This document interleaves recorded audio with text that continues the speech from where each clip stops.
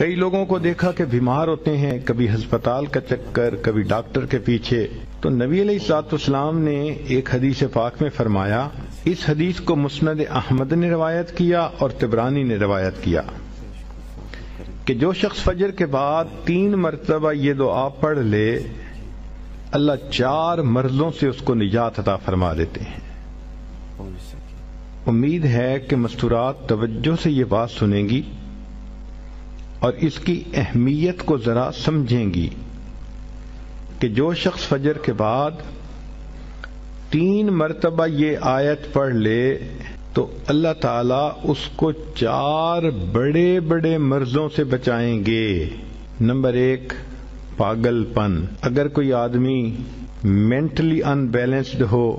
ریٹارڈڈ ہو، یا جس بندے کو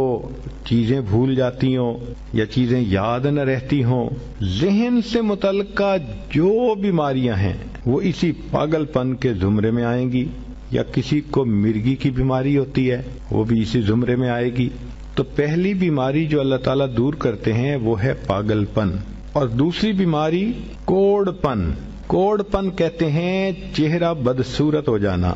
یہ بھی ہو سکتا ہے کہ برس کی بیماری ہو جائے، جیسے بعض عورتوں کو